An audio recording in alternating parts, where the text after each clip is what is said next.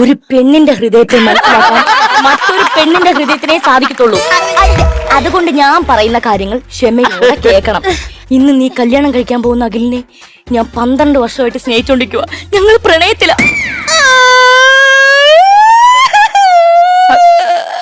ഞാൻ പറയുന്ന കാര്യം കേട്ട് നീ കരയൊന്നും വേണ്ട, ക്ഷമയോടെ കേട്ടിരുന്നാ മാത്രം മതി. അതല്ല, പോയി.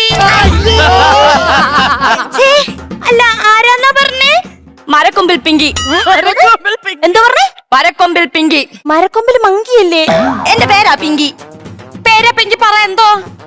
എടി, നിങ്ങളുടെ കല്യാണം നിശ്ചയിച്ച ശേഷം എന്റെ മുറിയിൽ വിതുമ്പല. അത് മീന്റെ പുറത്തുള്ള ഒരു സാധനല്ലേ? അത് ചെതുമ്പല്, ഇത് വിതുമ്പല്.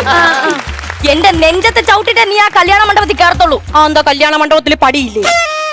എടി എടി എടി, നീ ഇന്ന് കല്യാണം കഴിക്കാൻ പോകുന്ന അഖിലും ഞാനും 12 വർഷങ്ങളായി വിരല് ചൊറിഞ്ഞോണ്ടിരുന്നോ? അഖില എന്റെ മുഴുവൻ ജീവിതവും മാറ്റിമറിച്ചത്. ഫസ്റ്റ് സ്റ്റാൻഡേർഡിൽ പഠിക്കുമ്പോ ഞാൻ നന്നായി തെറി പറയുമായിരുന്നു. സ്റ്റാൻഡേർഡ്. ആ സ്വഭാവം അക്കിയാ മാറ്റിയത്. സ്വഭാവം നക്കി മാറ്റിയോ? അല്ല, അക്കിയാ മാറ്റിയെടുത്തേന്ന്. എന്റെ അച്ഛൻ പോലീസായിരുന്നു. അപ്പൊ തെറി എവിടുന്നാ പഠിച്ചെന്ന് ഇപ്പൊ എനിക്ക് മനസ്സിലായി. പിന്നെ ഞങ്ങളെ 1ാം ക്ലാസ്സിൽ പഠിക്കുമ്പോ ഞാനും അഖിലും കണ്ണും നോക്കി എത്ര നേരം ഇരുന്നിട്ടുണ്ടെന്നറിയോ? അങ്ങനെ ഞങ്ങൾ ആ 1ാം ക്ലാസ് അങ്ങ് തോറ്റ്. കണ്ണും നോക്കിയിരുന്നാ മാത്രം പോരാ, ഇടയ്ക്കൊക്കെ പുസ്തകത്തിലോട്ടും കൂടെ നോക്കണം. അന്ന് ഞങ്ങൾ പഠിച്ചോണ്ടിരുന്ന സമയത്തേ ഒരു ദിവസം ഞാൻ മൂത്രപ്പുര തെന്നി വീണു. അന്ന് അവിടെ ഓണാഘോഷമായിരുന്നു. നിങ്ങളൊക്കെ അവിടെ മൂത്രപ്പുഴ തെന്നി വീണാലാണോ ഓണാഘോഷം? ഞങ്ങളൊക്കെ അവിടെ മാവേലി വരുമ്പോഴാ ഓണാഘോഷം.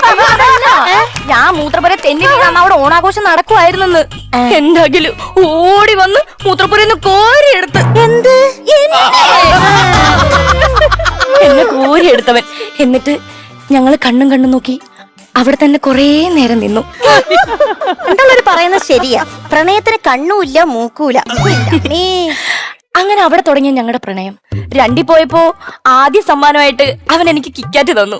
2 മുമ്പ് കിക്കാറ്റ് അല്ലല്ലോ, ബക്കറ്റ് അല്ലേ തരണ്ടേ? ഒരു പെണ്ണിനെ മനസ്സിലാക്കാൻ മറ്റൊരു പെണ്ണിനെ ഞാൻ പറയുന്നില്ല. ആ ഡയലോഗ് പറഞ്ഞ അപ്പൊ പോയത് എന്തൊരു പാടേ കൊച്ചേ. നിങ്ങളുടെ ആ പ്രണയേ ആ മൂത്രപ്പുരന്ന് കുറച്ചേരം എടുത്തൊന്ന് മാറ്റി വെക്കും, എന്നിട്ട് പറ. പണ്ട് ഞാൻ നന്നായിട്ട് പാട്ട് പാടുമായിരുന്നു. 4ാം ക്ലാസ് കഴിഞ്ഞപ്പോ ഞങ്ങളുടെ അച്ഛൻ ഞങ്ങൾ ഉപേക്ഷിച്ചു പോയി. അപ്പൊ അത്രയ്ക്ക് നല്ല സൂപ്പർ പാട്ടായിരിക്കും. എന്ത് പറയാനോ, അച്ഛൻ പോയതിനു ശേഷം പാട്ടും അഖിലും ഉണ്ടായിരുന്നുള്ളൂ. പാട്ടും തകിലും അല്ലേ? ഓ, പാട്ടും അഖിലും എനിക്ക് കുറച്ച് സമാധാനത്തിന് കൂടെ ഉണ്ടായിരുന്നുള്ളെന്ന്. നിനക്കൊരു കാര്യം അറിയോ? എല്ലാ ആഴ്ചയിലും എനിക്ക് സമ്മാനം വാങ്ങിക്കാൻ വേണ്ടി 100 രൂപ വെച്ച് തരുവന്ന് എന്റെ അഖില്.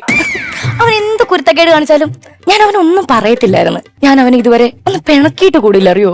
ഇത്രയൊക്കെയായിട്ട് എന്താ പണം കാന്തേ? വെറുതെ എന്തിനാ ഒരു സ്ഥിര വരുമാനം കളയുന്നേ?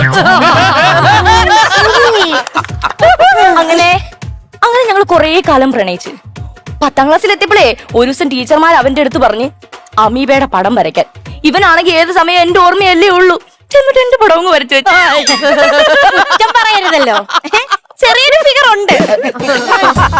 +2 പഠിച്ചോണ്ടിരുന്നപ്പോ അവൻ ക്രിക്കറ്റ് കളിക്കുമായിരുന്നു. അവനറിയുന്ന എല്ലാ ബോളും ഞാൻ ഓടിപ്പോ എടുത്തോണ്ട് കൊടുക്കുമായിരുന്നു. ഇങ്ങനൊരു പട്ടി എന്റെ വീട്ടിലുണ്ടായിരുന്നു. നീയല്ല, ഞാനാ പട്ടി. അതെന്നെ പറഞ്ഞേ. അതന്നെ. ഓക്കെ പക്ഷേ എന്നെ പറ്റിക്കാൻ നോക്കണ്ട കേട്ടാ. ഞാനൊന്നും വിശ്വസിക്കത്തുമില്ല. കാരണം അഖിൽ എന്റെ മുറച്ചിറക്കനാണ്. പ്രസവത്തിന് ശേഷം അപ്പൂപ്പൻ എന്നോട് പറഞ്ഞത് നിങ്ങൾ തമ്മിൽ എപ്പോഴും ഒരുമിച്ചായിരിക്കണോ. പ്രസവിക്കുന്ന അപ്പൂപ്പനോ? അതിനുശേഷം ഞങ്ങളുടെ കല്യാണം ഉറപ്പിച്ചു വെച്ചത്. ഓഹോ, വലിയ കാര്യം. പിന്നെ അഖിലൊരു കാര്യം പറഞ്ഞായിരുന്നു, കൂട്ടുകാരൊക്കെ കല്യാണത്തിന് വരും, പ്രാങ്ക് ഒക്കെ തരും എന്ന്. അതുകൊണ്ട് ഈ വേല എന്റെ അടുത്ത് നടക്കത്തില്ല. പ്രാങ്കോ? എടി, ഇത് കണ്ടോ നീ? ഞാനും അഖിലുമായിട്ടുള്ള കഴിഞ്ഞ കുറെ വർഷങ്ങളിലെ ചാറ്റിംഗ് ഇത് മൊത്തം. ഒരെണ്ണം പോലും ഞാൻ ഡിലീറ്റ് ചെയ്തിട്ടില്ല. അതെന്താ ഡിലീറ്റ് ആക്കാഞ്ഞ്? ഫേസ്ബുക്കിൽ നിന്ന് പൈസ കിട്ടുന്നുണ്ടല്ലോ, എന്നേലും വാട്സപ്പിൽ നിന്നും കിട്ടുമെന്ന് ഓർത്ത് വെച്ചേക്കുവാ ഞാൻ.